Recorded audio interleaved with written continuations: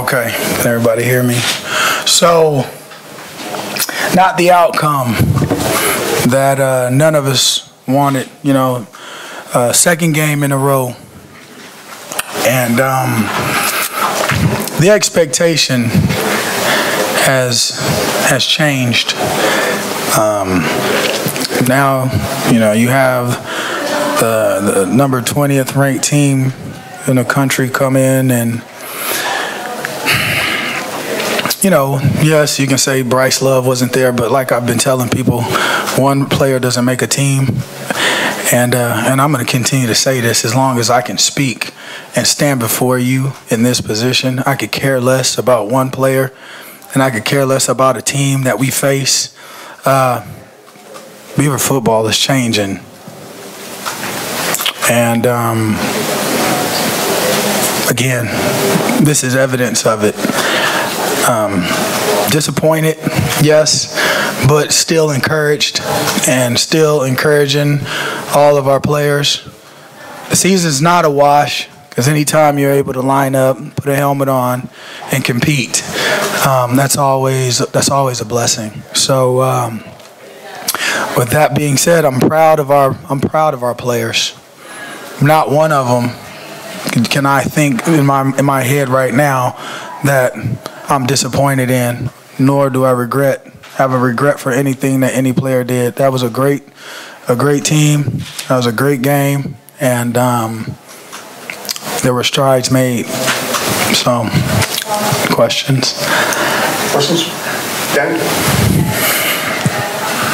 Cory, I know last week after the loss, you said that you saw the right kind of emotion from the team. What did you see in the locker room after a tough one like this? Oh no, this team expects to win because they get it, and it's the same kind of emotion, right? Just had to calm them down to make sure they still understood where they are, where we are, and what we've been through, and where we've come from. You know, from there to now.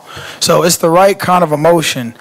Now, that just has to translate, right? It has to translate into the win and loss column.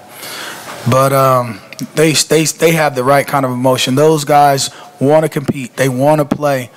And they want to make Beaver Nation proud. And that's one thing that everybody should be encouraged by is they felt, and they know, not felt, they know they should have beat that team. Just like we should have beat Colorado. We should beat everybody that we line up against. That's our mindset. You know, that's why we play. So their emotions were the way they should be. And then two turning point plays in the game. One, Ryan's fumble. What did you see there? And then also the 4th and 10 conversion by Stanford on that game-winning drive. Yeah. I mean, ball security, right? You got to protect the football. You can't have turnovers in that scenario. You know, we're milking the clock. You know, driving down, probably going to leave them with a minute. You know, even if we were to punt. Minute, and I believe they only would have had 2 timeouts left. The defense was playing really good football. And then the 4th and 10, receiver hits us down the seam, makes a really good catch there in 2-man with the underneath trail coverage that we were in. They didn't make that play before, right? And then it was a well-contested catch. So you look at those 2 plays, and again, you know, in those moments, I guess right there, it's hard for me to even say we got to get used to playing big in big moments because we could be having a different conversation had 1 or 2 plays went differently. And, you know, instead of standing or sitting up here and having a conversation about lack of effort or having a conversation of ill-prepared or having a conversation of too many administrative penalties. We're not having that conversation. We're talking about 2 competitive plays, one that, actually 2 that were in Stanford's favor and were the difference in the game. You know, when you get in a situation like that,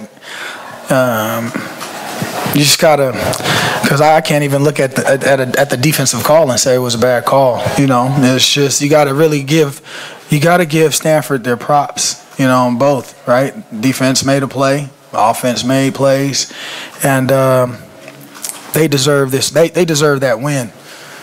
So.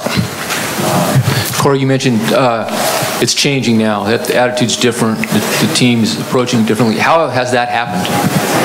Well, I don't want to say changing. It has changed. How did it happen? It's just a different mentality, right? How did you do that? Well, my mentality. I always believe that a team's going to take on the identity of the head coach, and I'm no one to be pushed around. So obviously, you're going to develop a team that's like that, and everybody's going to take notice to it, right? Because, and I don't want to sit here and say I. So let me go ahead and step back. Myself, my staff, administration, everybody understands the goal, okay? And I've been blessed and fortunate enough to be given an opportunity to showcase my talent and have some input as far as on what I believe a football program should look like. And I have a great group of guys around me that believe the same. So when I say it has changed in the personalities and the energy, just period, that everyone brings, not just myself alone. It's liberating almost, right? You teach these young men how to play a game within the game, and then you show them that you have their best interest at heart, but it's not fake, it's not phony, right? I don't do fake or I don't do phony, and I believe players, I believe they feel that, they know that. And so as far as myself and my staff, for those players, we want to be the type of coaches that they want to run through brick walls for, because we believe in them, and now they trust us. So that's the change, because at the end of the day, I mean, what was different? You've seen those same plays earlier in the season. They're just running them differently. Now, I do believe, and I've said it before, coaching rhetoric, people say, well, football is 80% or 90%, physical or mental, and 10 and 20, and I believe it's 100% mental. I know. I don't believe. I know.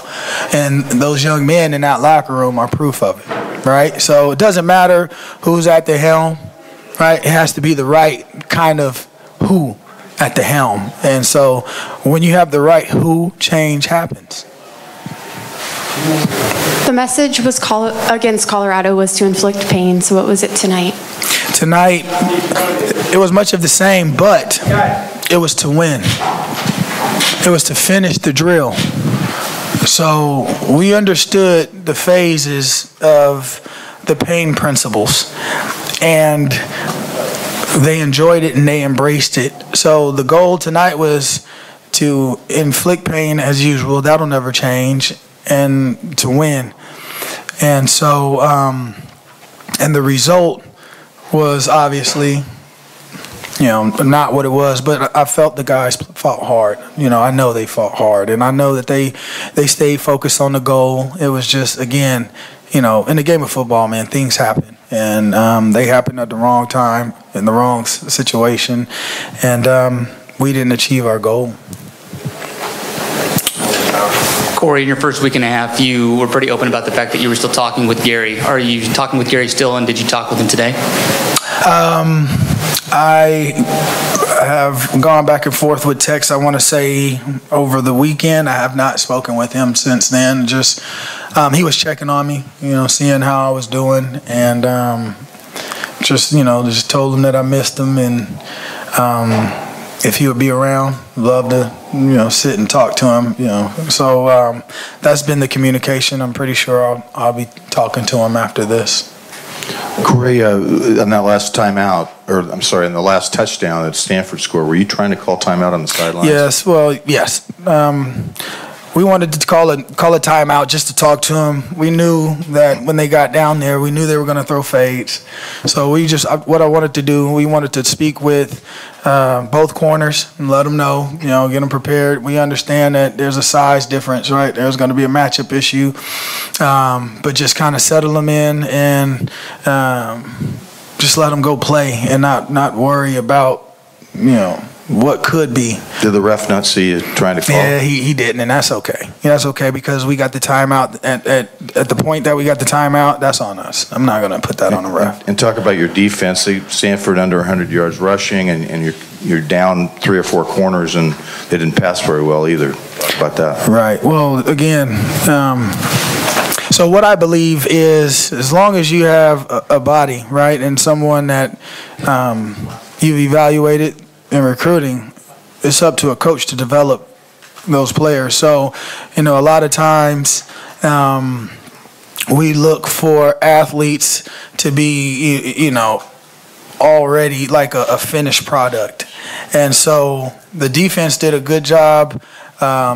Even the young secondary, they did a good job of understanding their roles. They're coming along nicely in their development. And it doesn't matter. As long as you have the players for the position, you'll be okay if you know how to coach. If you know how to coach, then you'll have an outcome like that. Now, because you look at Xavier Crawford, right? No one knew who Xavier Crawford was when we stepped on the field with Minnesota the first game last year. And then, there you go, Xavier Crawford. He just takes off. What has been done is just settling these young men down, simplifying some things, letting them play to their God-given ability and fly around and make plays. So, this for me, I'm not surprised. I'm not shocked. Given the tweaks to the defensive philosophy, I see it like that moving forward. You just kind of wish that this was a different start, right? Different day, but it is what it is, and we'll handle it. Those young guys, they'll handle it, and they'll keep getting better. That's what they'll do. Thanks, Coach. All right.